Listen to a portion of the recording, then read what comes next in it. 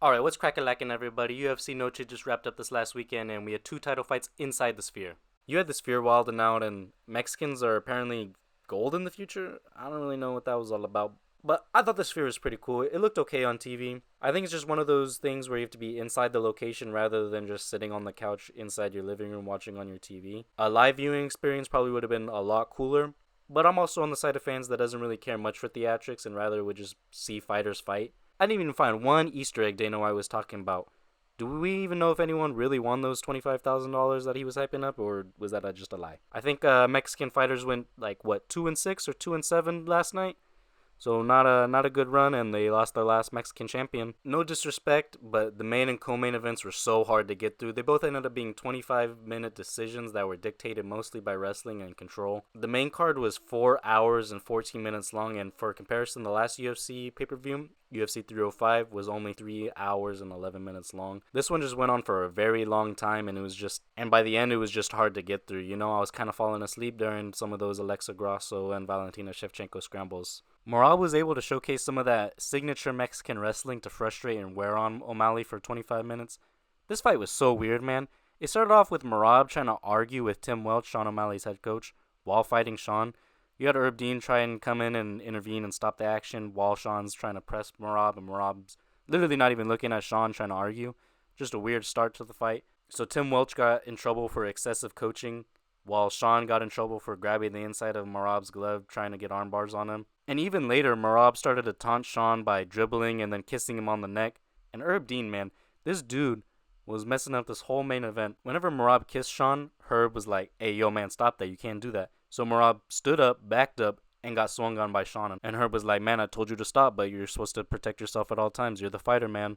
Herb was just being weird during this fight, and it was a common theme throughout the 25 minutes of just constantly telling Sean and Merab to work, even though you can clearly see Merab was literally throwing his hands at those moments. Sean's best moment came in the 5th round, where he was actually able to hurt Merab to the body, but it was just too little too late, you know? Merab was able to just get to the final bell and then win his decision. I wonder how Sean is going to rebuild himself back up after this loss. I mean, he was talking about moving up divisions, fighting Ilia Topuria, and then boxing matches with Tank Davis and Ryan Garcia after that. And now it's just like, man, you couldn't even beat Merab. How are you going to be this Conor McGregor superstar? And now he actually has a loss that he has to acknowledge. His reward for losing will probably be a 5-round main event against Corey Sandhagen in the Apex.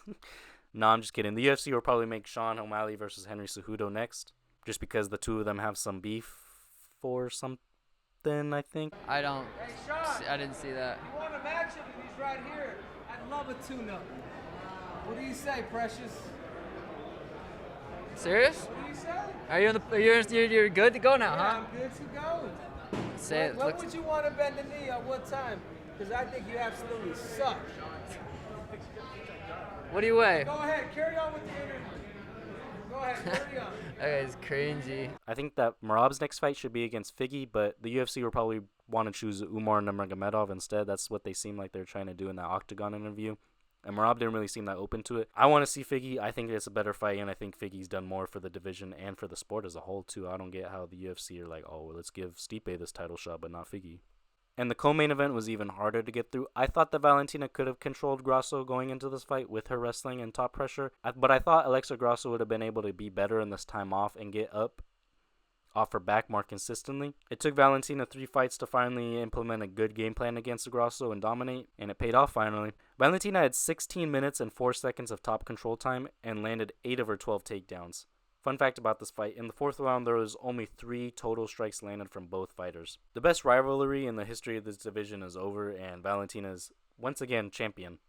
I don't really know what's next for either fighters. I really thought that Alexa Grasso was going to win and get the ball rolling in on this division and maybe push in a new era of fresh fighters and new faces. But I guess the only one that's old is Valentina. You could do Valentina Shevchenko versus Manon Fiorot for the title next, and maybe Alexa Grasso versus Thug Rose. That actually sounds like a really good fight. Brian Ortega and Diego Lopez saw the final bell somehow. This fight basically went down like the last few Ortega fights, and kind of like I predicted, he got hurt very badly in that first round and nearly got finished. Ortega was trying to find his range and pick off some shots, and that's where Diego Lopez was able to use hooks. And Diego didn't even wind up in his hooks. I was so surprised by that. Just a quick little slip, right hook, left hook, and hurt Ortega bad. Diego might have been the first person to knock out Ortega had he not tried to make a statement and submit his fellow black belt. And this gave Ortega an opportunity to recover and subscribe.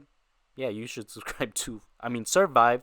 The same sequence nearly happened in round 2, and this just goes to show that I underestimated Diego's ability to remain patient and overestimated Brian Ortega's fight IQ, because I really thought he was going to be able to enter these exchanges off the center line and with some more pop in his punches. Lopez just showed to be way faster than Ortega and hit way harder. Also, as I predicted, Ortega's wrestling was nowhere near good enough to put Diego on his back. So Diego mostly kept it a striking match, except for the times he tried chasing Ortega down on the ground. And he won most of the stand-up exchanges, bar a few jabs and straights from Ortega that didn't really do much.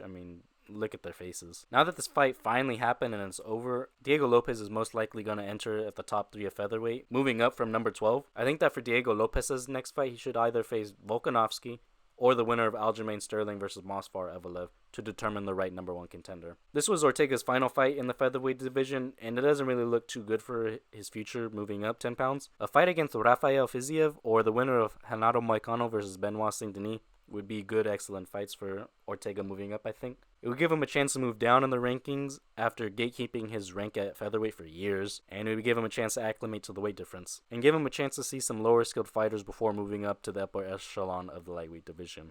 The rest of the card and just the whole undercard was actually really good, and it's what stood out most and shined for UFC Noche. Daniel Zellhuber and Esteban Ribovics had one of the craziest fights of the whole night, and tell me why Esteban kind of looked like a mini DDP?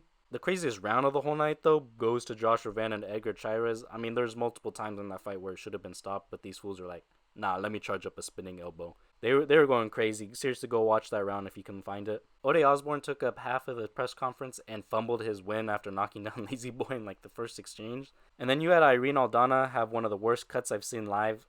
And I'm not sure why Herb Dean let that fight keep going. Herb Dean was being so weird last night, man. Being a weird ref. That cut was just awful. I don't know how the doctor didn't get called in. My homie during this fight had 2 seizures during the 3rd round, I think. So that was the real fight of the night. Homie was fighting for his life. That's how crazy this fight was. And then for the fight that I was probably most excited for and my most accurate prediction of the entire night was Ignacio Bahamondes versus Manuel Torres. Both of those fighters did exactly what I predicted, and Ignacio dropped Manuel both times nearly identically. It was a great short fight, and it showed why skill is more important than being a dog.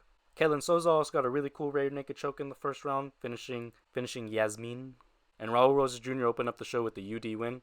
He showed to still be a little bit green, trying to trade with Richie Long, but was overall safe in his fight, just taking him down, controlling, doing what he usually does. Just in those moments where he traded with Richie Long, it maybe shows him to still be reckless and young, but fighter's gonna fight. What are you gonna do?